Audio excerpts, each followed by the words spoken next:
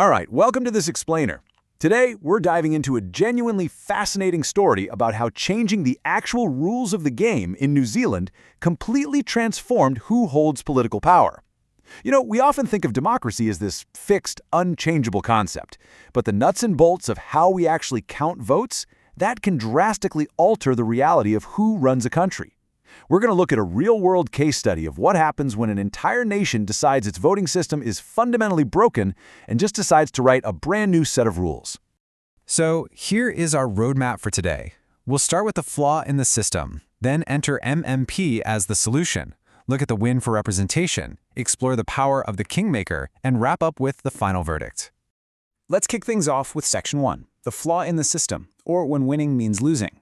Before the 1990s, New Zealand used a single-member plurality system. We'll just call it SMP for short. This is that traditional winner-takes-all system you see in a lot of places around the world. But here's the thing. It was starting to produce results that simply did not reflect what the voters actually wanted.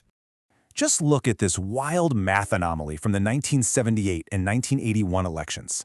Back in 1978, the Labour Party outright won the popular vote with 40%. But the National Party, with only 39% of the vote, ended up winning 51 out of the 92 seats in Parliament and took total control of the government. I mean, how does that even happen? Well, Labour's support was heavily concentrated in the cities, so they won those specific areas by massive margins. National's support, on the other hand, was spread out evenly across the entire country, which allowed them to narrowly win a larger number of individual districts. And it gets crazier. By 1981, a third party called Social Credit captured a massive 20% of the nationwide vote. But because their voters were completely spread out, they only walked away with a measly 2 seats. As you can imagine, this sheer imbalance drove voters absolutely up the wall.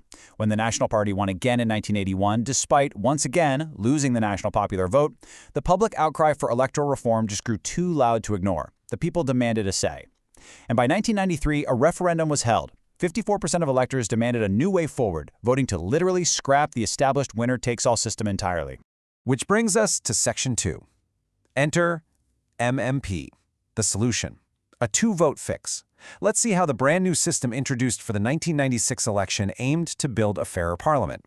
The designers had one primary goal in mind: ensure the parliament accurately reflects the popular vote, but do it without losing local representation. So under MMP, which stands for Mixed Member Proportional, power is essentially split right down the middle. When you walk into the voting booth, you don't just cast one vote anymore, you cast 2. Step 1 is your electorate vote. Now this works exactly like the old system. It's a straightforward winner-takes-all race for your specific local district, and that fills 72 seats in the parliament. But step 2 is the real game changer, the party vote. You cast a second, totally separate vote for the political party you prefer to run the country nationwide. The system then takes a pool of at least 48 additional seats and uses them to top up the parties, making absolutely sure that the final 120-seat parliament perfectly mirrors that nationwide party vote. Think of it as a built-in autocorrect for democracy. This mechanism was specifically designed to fix those exact imbalances we saw back in the 70s and 80s. If a party wins a ton of local electorates but didn't actually score that high on the nationwide party vote, the system steps in and autocorrects. The opposition receives extra seats from the party list to balance the scales. This is a huge deal because it means minor parties, who might have broad support scattered everywhere but not quite enough density to win a single local district, finally get a seat at the table that actually matches their true popularity. All right, moving on to Section 3, a win for representation. The honeymoon phase. Let's look at how this shiny new system immediately shattered the traditional 2-party monopoly. For anyone pushing for democratic reform, the initial results were just incredibly validating. So, sitting here nearly 3 decades later, we really have to ask the big question. Did it work? Did the new system actually fix the problem, truly reflect the voters' will, and make the government more responsive? The short answer is yes, absolutely it did. The visual payoff here is just staggering. Look at the explosion in minor party representation. Under the old system back in 1993, minor parties collectively earned more than 30% of the vote, but they were rewarded with a mere 4 seats out of 99. Fast forward to 1996, the very first MMP election, and those same minor parties leaped to holding 39 out of 120 seats. Almost overnight, the parliament actually looked like the electorate.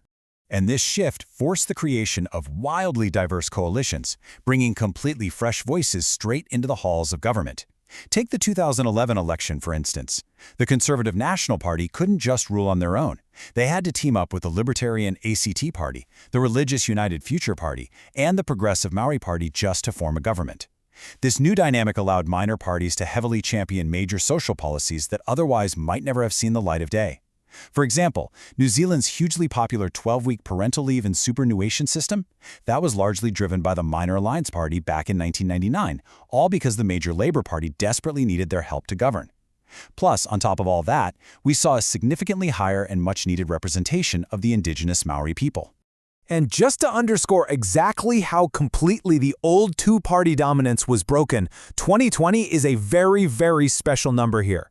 Since the introduction of MMP way back in 1996, the year 2020 is the one and only time that any single party has managed to win an outright majority in Parliament.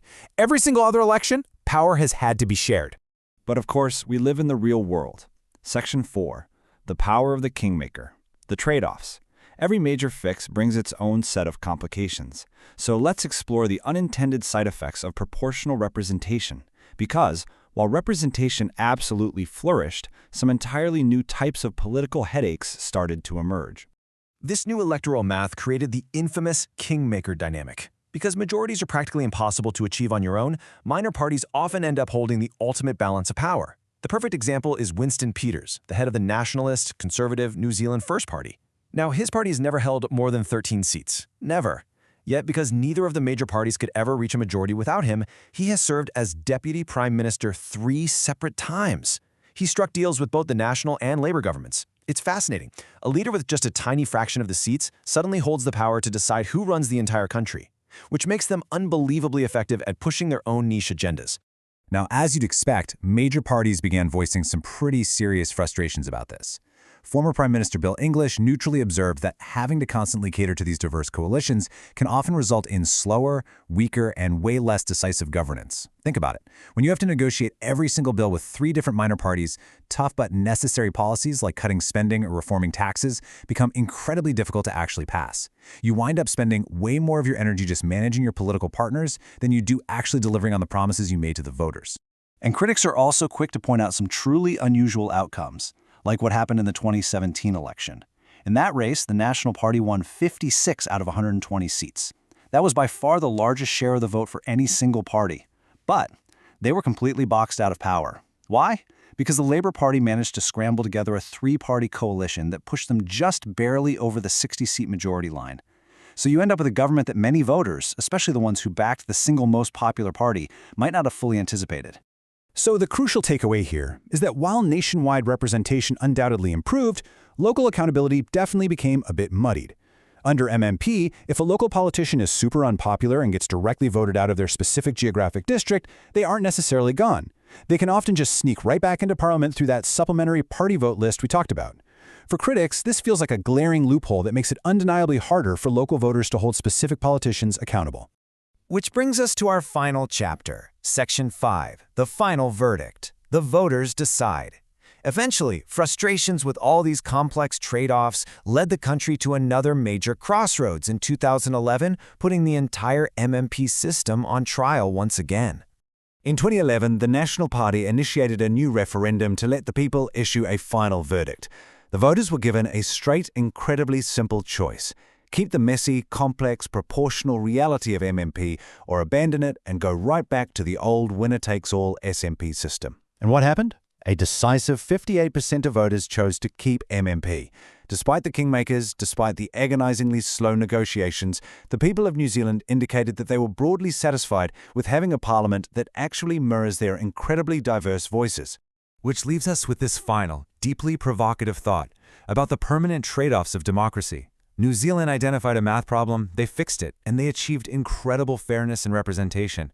But as their story perfectly illustrates, in the messy real world of politics, balancing a perfectly representative parliament against the speed and decisiveness of the government it creates is a scale that never, ever quite sits perfectly still. So what do you think? Is it better to have a government that can move fast and break things, or a government that moves slowly but ensures it brings absolutely everyone along for the ride? That right there is the ultimate question of electoral reform.